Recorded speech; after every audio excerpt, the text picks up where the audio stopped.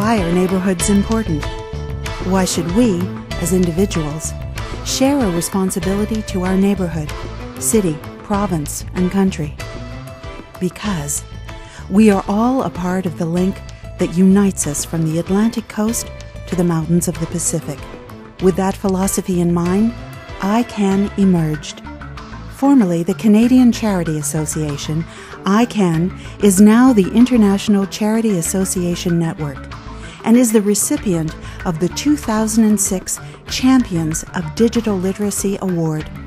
This is international recognition in the strength of iCan's 6 core values. A person cannot learn if he or she is hungry or is worried that his or her family is hungry. Digital literacy is an essential building block for the growth of a person, the community, and the nation. The problem is not the lack of resources to achieve digital literacy, it is the lack of access to them. Achieving digital literacy empowers people to cross the divides of race, color, religion, and nationalities. Digital literate youth have access to a huge range of alternatives to crime and delinquency. Digital literacy is a right, not a privilege. The reason we looked at changing our name was that Canadian Charity Association did not reflect our international presence. We're being approached by numerous countries to duplicate our supply chain management, food safety programs that we've developed over the last 6 years within iCan. So we've done that to ensure that it shows an international presence, but never forgetting that in iCan, Canadians are first. So here we are at the headquarters for iCan, which is where all the activity comes together, where all those member charities come to learn and benefit on the iCan mission. Tell me a little bit more about the growth. Well, we're now growing, as of today, we're 327 charities. We're getting an average of 2 organizations calling us every day because the need has increased exponentially. They're always looking for things such as food, clothing, our educational materials, computers, the breakfast and snack programs that we assist with. But we're noticing the need has just increased tremendously. And you know, I can only say that it has because we're now in the warehouse, the epicenter for iCan, where all the donations, the gifts in kind from donations from across the country, from Canadians, end up. As of 2005, over 823,000 people per month used food banks in this country, equivalent to the combined population of Newfoundland, Labrador, Prince Edward Island, Northwest Territories, Yukon, and Nunavut. In the 16 years since the federal government promised to eliminate child poverty, the percentage of children using food banks has risen to 40%.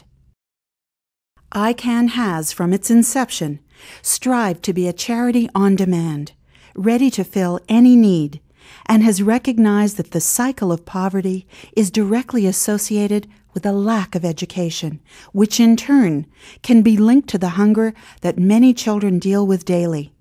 And in our society, 1 child in 3 goes to school hungry every day.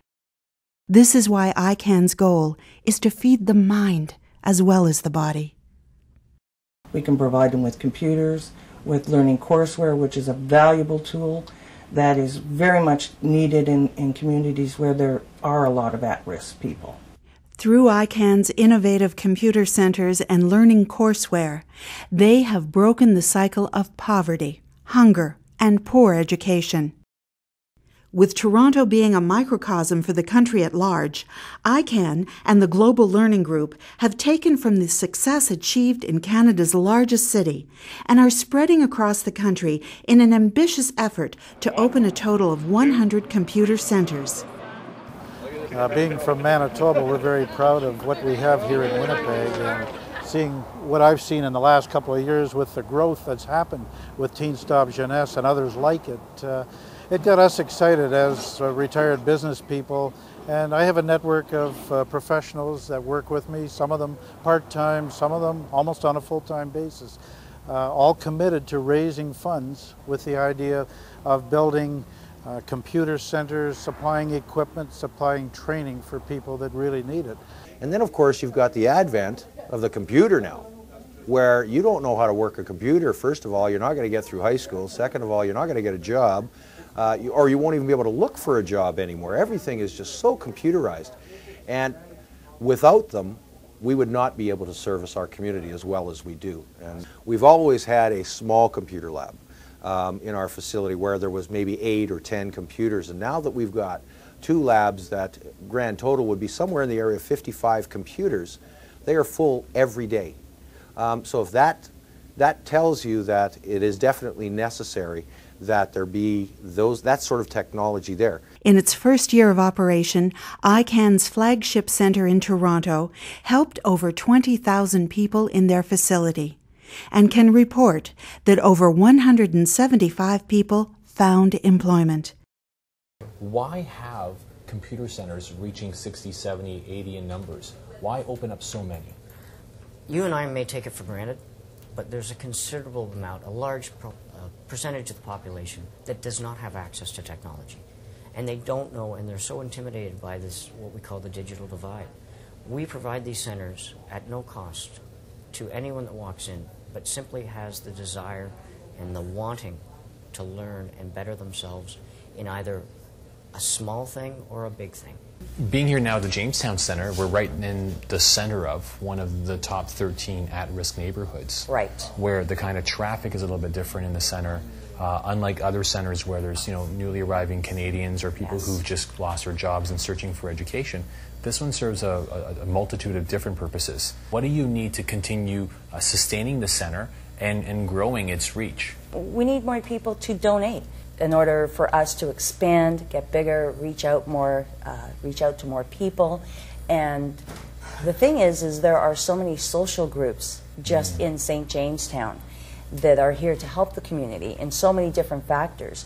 So everybody is helping each other. As a result of our partnership, iCan have introduced us to global learning programs, which is the IC3 Computer Basic Program, which in effect is the standard for North American companies for office workers.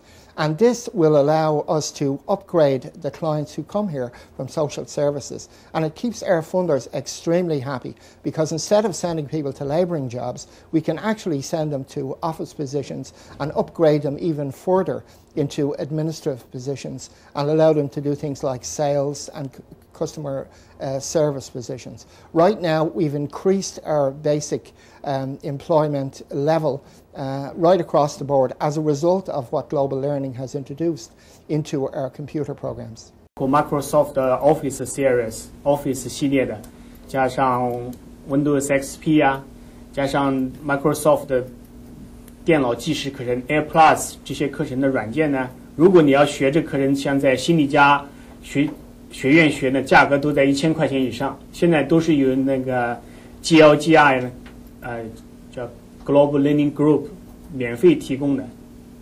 那么我们在此呢，想再次感谢呢 GLGI 和其他它的一些整个的 donor 捐款人，谢谢。The demand is there, but we can't grow without the cost factor. So hopefully with all of the other things that are happening, with your help and getting donations in, we're able to reach more people in the community. With their expansive warehouse of donated goods, food bank resources, and over 200 volunteers, iCan is feeding the soul.